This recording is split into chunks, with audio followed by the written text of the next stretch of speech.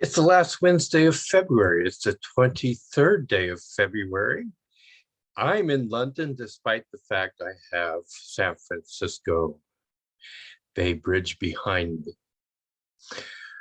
I used to be at the Presidio of San Francisco during a time of the service when I was in the Letterman Army Medical Center. And from my window in the hospital, I could look out across the way and see Alcatraz. And so most of the bay was made available to me. But if I walked over to where the solarium was on the hospital, I had a beautiful view of the Bay Bridge in Sausalito, and where I had my office in the hospital. If I looked out my window, down below me was the World's Fair Exposition. I don't remember what year it was, but it was now like the Fine Arts Center. They say that that property is now the most expensive real estate in the world. And it probably is. It just needs to be managed very well. Beautiful property, used to be a military base, and now it's been turned over to, I guess, civilian contractors. But I will tell you, it was a delight to be there. Let's get on with today. Today we have two questions. One comes from TR, and TR basically says, I've been an entrepreneur for a couple of years now, and I have begun hiring people because my business is growing to such an extent that I need help. I now have a team of 10 people, and I am finding difficulty in telling them rules, procedures, policies as they change because we need to be more organized. Can't be so much of the family atmosphere we once had. And I'm just getting a lot of resistance. And I'm feeling like I'm not in charge of my own enterprise. Okay. I will tell you, TR, that this is not an unusual problem. In communicating with people, the number one issue is always, are you listening? People need to feel that you have listened to them, that you know where they're coming from. People really resist and really fight when they don't believe they've had any input into events in their life, whether they're your children or their employees or even your wife. They all want to be heard. They don't want to be legislated down to without any sense of having some input. This is a really difficult job for anybody to do because, number one, you already know what you want to do. Okay. But here are the rules. Ask everyone to tell you how they feel about X, Y, or Z. And then you be quiet. Don't show any expressions, any acknowledgments. Just look like you're listening to them. When they get done, what really needs to come from you are questions that are like, how did you arrive to that? What were your values that you were looking into yourself to express here? Because what you're really wanting to know is not whether they agree with the decision or not agree with the decision you're going to make.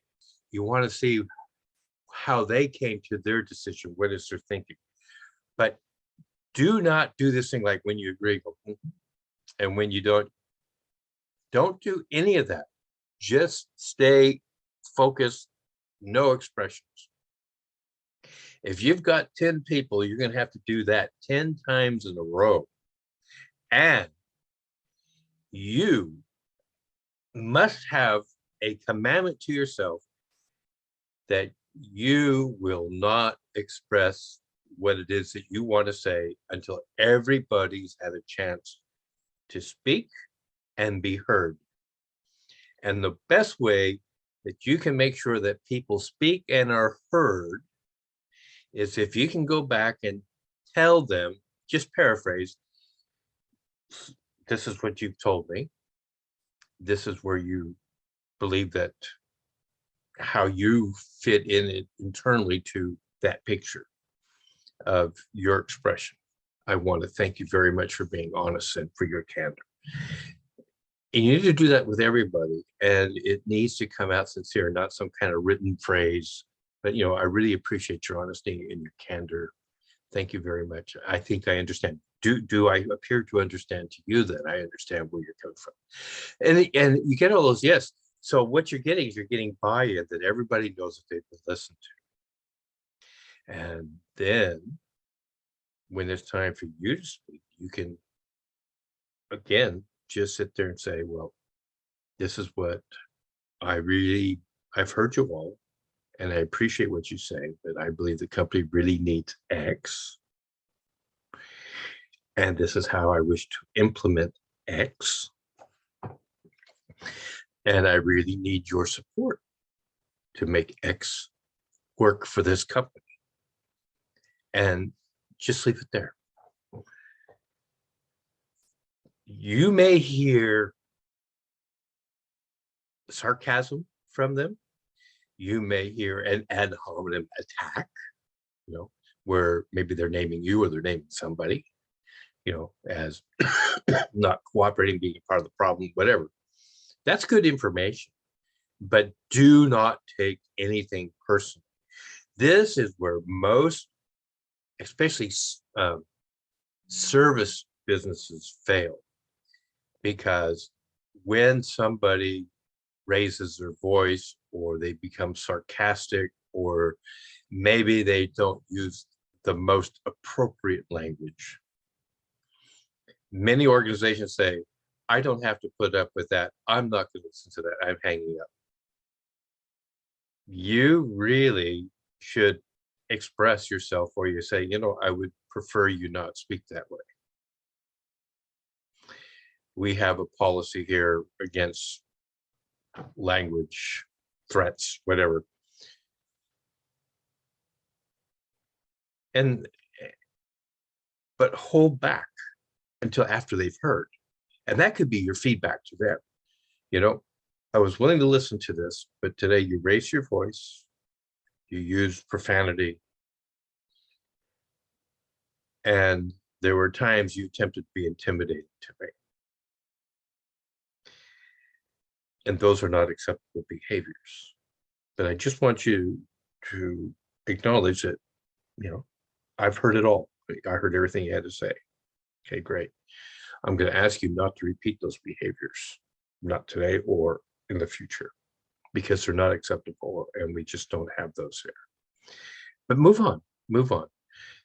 Unlike service people that just kind of hang up on you, you want to hear them, because what you want is you want everybody to get that human feeling that I may not have gotten my way, but I do know I was listened to. Okay, so that's one. Two, second question that came in today, which is along the same line. This one came from AM. AM said, I have been doing an awful lot of advertising and I'm attracting people to me who are asking for things. And then it seems like we get into a conflict over the offer. Can you change this? Can you do this? Can you do, something else for me? How do I get a guarantee from you? Can I? And the statement is, it creates so much disharmony for me. And yet I keep working with it. Well, here's the first thing to keep in mind.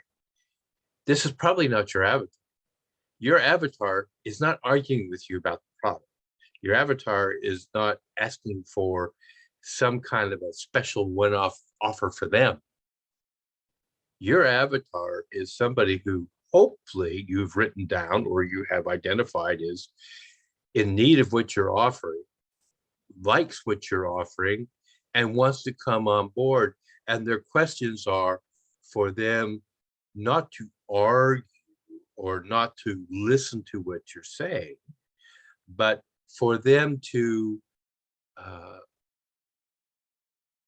uh, give themselves permission to come on board, to join you in this adventure, in this opportunity, in this product that you're offering to them.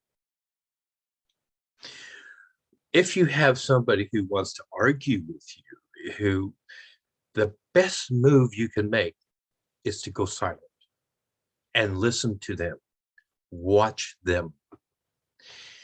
In time, you'll be able to determine what they're going on about, what their game